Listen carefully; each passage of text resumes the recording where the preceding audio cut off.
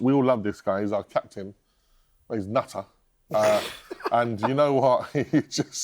He kind of, one of those, you just don't leave him in a room with a phone or a computer, like trying to speak English. Well, he's 2-footed, wouldn't he? That's the thing. Oh, well, yeah. Cristian Romero, Cootie, within an hour of the transfer window closing, he's called it disgraceful. The squad were left with only 11 fit players and he played through illness. Have we doomed ourselves with lack of activity in the transfer window? Is he right to speak out? Is he causing an unnecessary rift? I will say one thing. I think, obviously, being Argentine, he speaks Spanish. That word, remember Arteta said it, disgrace, disgracia, actually does translate to misfortune and unlucky. So in that context, it's maybe just saying we're unlucky at the moment, so we don't know like the full, but that's what some people have said. I think, you know, it does ring Conte, doesn't it, of like, you know, he said all the right things, but should the club captain be saying this, you know, twice in one season? It's getting a bit telling that he's called out the board, he's calling out the injury situation, the transfer window. I mean, you look at the transfer window, deadline day, you're going into it and you think, what should we really be doing? What should we be, who should we be signing? And we go and sign some, you know, potential Scottish striker from Hearts. You know, loan, I mean, they must hate us up there in Edinburgh on one half because we've loaned Dane Scott to Hibs and then we've taken Hearts' striker. Their manager is saying that's the wrong move. Yeah, Rangers have got Mikey Moore. I just think when you like take a step back, I mean, even like that Johan Lang interview, there's a quote he says where he's like, we don't want to sign players for the short term, the medium term or the long term. What do we want to sign him for? What does that mean? So I think Romero, yeah, he's well and he's right, but the whole, like, you know, what's happened with, you know, being subbed off at half-time through illness, you know, the statement that he's done on his social media, and then rumours coming out of Argentina that he might leave as well, it's just unwanted. It's not wanted at the moment. It adds more fuel to the fire, and especially when voices come from inside the camp, it does worry me a little bit. See, I totally disagree with you. Really? I think that's absolutely fine for you to go and call out the board. What's he saying that none of us ourselves don't say? If a manager does it, you probably get sacked, right? We've seen that happen across the Premier League many a times. I have no issue with the captain of Tottenham Hotspur, Cristian Romero, calling out the board and their shortcomings and the continuous lack of investment, the continuous disappointments. When you see what... But as we know... Yeah. It's unlikely to change and he'll be gone. Sure, and he'll be gone. And that's what the problem is. But at the end of the day, I will take you back to Harry Kane. Harry Kane said, I will stay at Tottenham as long as Tottenham is matching my ambitions. Where's Harry Kane now? But we did sell him the dream, didn't we, when he signed that? But we sold him the dream in the sense that we are going to continue to progress. Yeah. We're going to continue to build players, bring in players that can be built around you and are at that same top quality level. Cristian Romero is a World Cup winner. For his faults, I don't think he's perfect by any stretch. I'm very critical of Cristian Romero at times. He's also the player that Messi said to Barcelona, one player to sign him. Yeah. You know what I mean? But do I think that he is completely within his rights to call out the ambition and the standards of Tottenham Hotspur? Yeah, I do, because we call it out as fans, as presenters, as content creators, we call that out. Yeah. So for someone in the club, I'm sick and tired of when we don't hear things from players. Or I'd have no issue when a manager calls out the board, to be honest with you. I loved what Antonio Conte did. He was spot on, but we all knew he was going to get sacked. I have no issue with it, of him wanting to raise the standards. I think that what was also telling is coming off of the end of last season where it was so bad in terms of the league, but we had such a magical moment, obviously, in Bilbao. You've got that. Let's kick on. The board sit there and they say they want to kick on. You want to be competitive and compete on all fronts. We ain't competing realistically on any front other than, dare I say, the Champions League at this point because we finished fourth. Let's see how that turns out. Listen, the Beyonce front, we're doing well. Yeah, but I have no issue with it whatsoever, and I think it's absolutely right. For all my criticism of Thomas Frank, I think it's disgusting, the fact that they have left him in a January window where they had another 4 players injured in a week, taking up to about 14 or 15 players, and they signed Conor Gallagher. That's it. The only one that's going to come into first team. You've got a kid that's going straight into the under-21s, and let's be honest, that's Sousa. He ain't ever going to be seen. So for me, you've left him in a position which you have all season where we've had loads of injuries, no attacking players, and you can't do anything, whether it's a loan or just something to help. I think that's a load of rubbish. Even the bit that did me was the whole Randall Colomwani saga. Oh yeah. And they've decided to back him, which I'm like, okay, but we got offered John Duran on deadline day, and I'm like, it's better than nothing. But then at the same time, now he's gone to Russia. Yeah. So it's and there was the whole Somerville stuff, the Kinski stuff. I guess what they're looking at, and I haven't seen that video of Johan Nan because, as I say, I refuse to watch it. And I guess from that quote that I mentioned earlier, they're thinking the January transfer window is not right for us to operate in. We'll reassess in the summer and attack these positions. I guess that's what they're looking at. That's the long term. Obviously, that's still but you not do good need enough. the reason you have a January window, and I'm not saying necessarily buy these players. I'll have the option to buy. These can be loans. You know, I get you need to help out. But do you think, for example, by being gung-ho and buying people for the sake of it, and we have seen so many of them purchases over the last 5-6 years, Brian Hill, Velez, who finally left the club this week. But most of those have not been done in January. Most of those have been in recycling. Yeah, I know, but what I'm saying is just in general, they've gone, look, we don't even know. They've actually got a good track record in January. Yeah, I know, but I'm saying... Benson Cork, especially with no Paratici, even though he said he was helping us out to the last minute, right? Naffle. Do we go, if you're the owners, if you're the people with the money and the purchasers go, we don't really trust this manager, is it worth spending this money at this point? Do we see ourselves getting relegated? No. This is probably what they're looking at. Yeah. Should we just try and ride it out until the summer and then go and give whoever we've got coming in? I would rather personally have 300 mil set aside for, say, Pochettino, as we mentioned before, and then spend 100 of it now on some maybes, even in terms of wages and that, and putting a lone player on a big wage and just wait it out until... Because this season's done. But we're sleepwalking. Like at the end of the day... Are we sleepwalking into relegation? No, but in general, with this transfer window, we knew we needed a left winger in the summer. And what we're doing is we're now missing out on opportunities. Because all the teams who are actually bigger teams by right, like City, go, right, we need to improve our attack and defence. What do they do? Gay and Semenyo, bang, bang. But also, obviously, the wage structure for us would never have allowed us to get some. No, but they are starting to tweak that, though. We were going with the biggest wages for him. Yeah. So there is signs that we're trying to operate a little bit differently. It's a bit too late, isn't it? But is this maybe a sign of things to come in terms of, right, we're not going to waste opportunities here. We've looked at all the possible opportunities. Nothing feels... That's the thing as well. We bring in players and we still don't think it's good enough. No. We'll bring someone in... If we brought someone in from the Bundesliga who's played, I don't know, for Hoffenheim, but they're doing really well there, we ain't really heard much about it, we'll be like, well, they're not Premier League proven.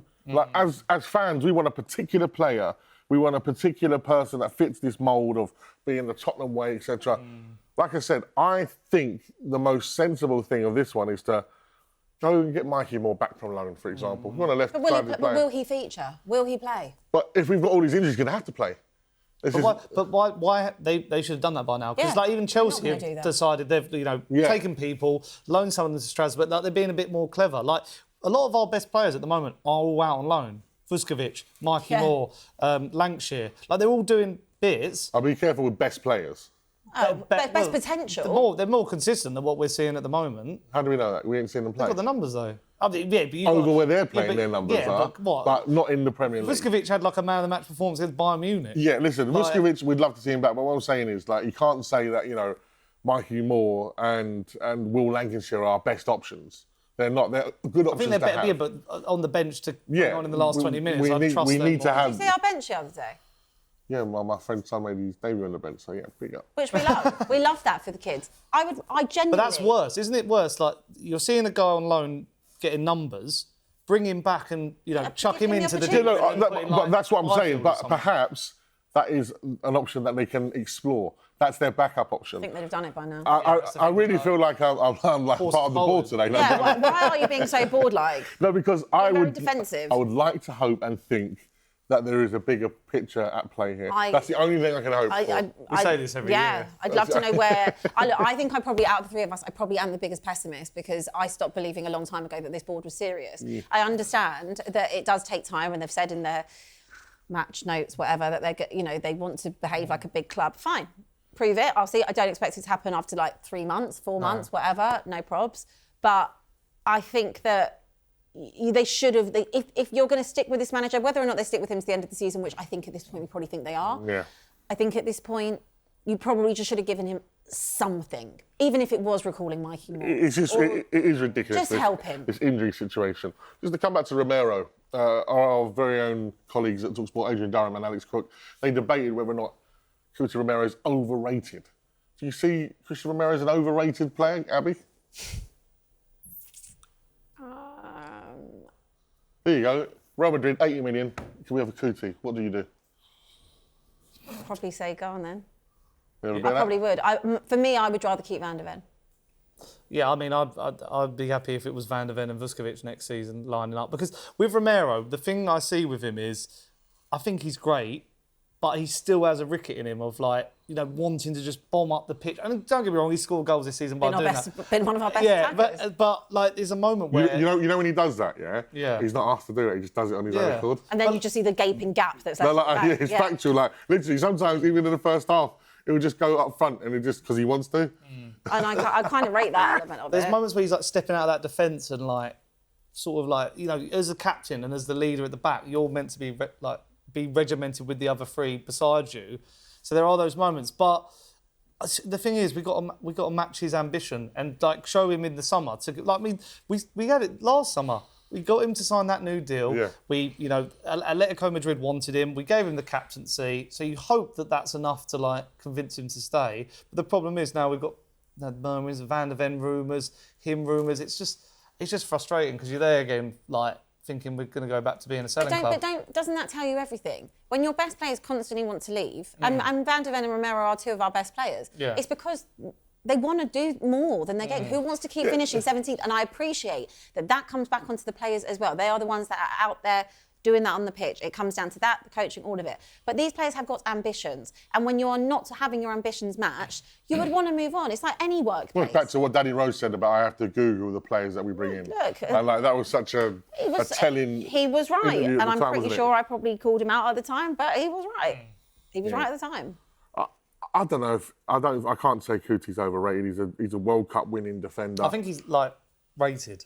Not over, not under. He's a good defender on his day, but he's got mistakes. I think we rate him more than general people. Yeah, but I think general people only see the bits where he goes nuts and he gets a red card, and they think that's. I'd love to see the actual numbers on that. I think that's compounded by it always seems to be him. I reckon if you actually put it into context over periods of games and the numbers and did the XG version of cards, you'd see it wasn't that bad. You think of some of the best centre-halves we've seen in world football in our generation of the Pepes and the Sergio Ramoses. They were nuts. Sergio Ramos got sent off all the time. Yeah. So I don't necessarily probably. I love Kuti. I don't want him to go. I want to build around him. And you know who's going to do that? Uncle Poch. Uncle Poch comes in. He won't go. With Papa Ardiles. Yeah, they're going together. Like the Argentinian little flair, and they speak to him. Not in English or Spanish. Just Spanish. I'm telling you, if this is the only way that we revive this club. This is the only way we get revived. They come in and they put their arm around him and go, Kuti, come on, you're my man. And that's it. I could see him being brilliant under Poch. I could see him being great. I could see Mickey Van der Ven being unreal as well. I think they both are. I think the partnership would be so much more solid under him. I could see Bergvall being the focal central point. He's such a Poch player. There are bones for this. I mean, I feel like I said this last don't week. you get me excited. I don't want to get you excited until it's actually happening. But the bones of this team, the spine and the core of the team, is young, and I think that with someone like Poch, it is made for him to run it back. So that's us. I see on your channel about Vuskovic, the three. Imagine Van der Ven, Vuskovic, and Romero. Is that the greatest back three we'll never see? Oh, that's the thing. They've all been touted away. Even Vuskovic has been linked with a move to Bayern. It's like we can't even. Don't forget. Don't read all that. I think we're having PTSD from the old Spurs days of Carrick, Berbatov, even Kane. We've been a selling club for a while, actually. They haven't. When we've had sold, like Kane, I wouldn't say that was No. We dictated that. I wouldn't give that to Levy. And again, even with Carl Walker, Carl was. Why did you turn down 50 million for right back?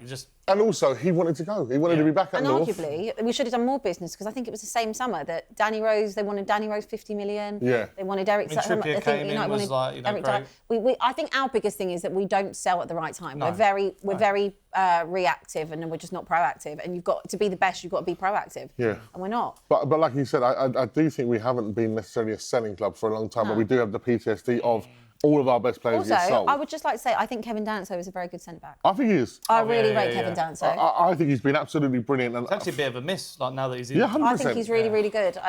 So yeah, I'm a big You're going to say fan. to Bayern, look, we've got Dragusin. You wanted him last time, didn't you? Have him. We'll have our boy back. Listen. In fairness to the boy, he hadn't played for a year and he did a good job.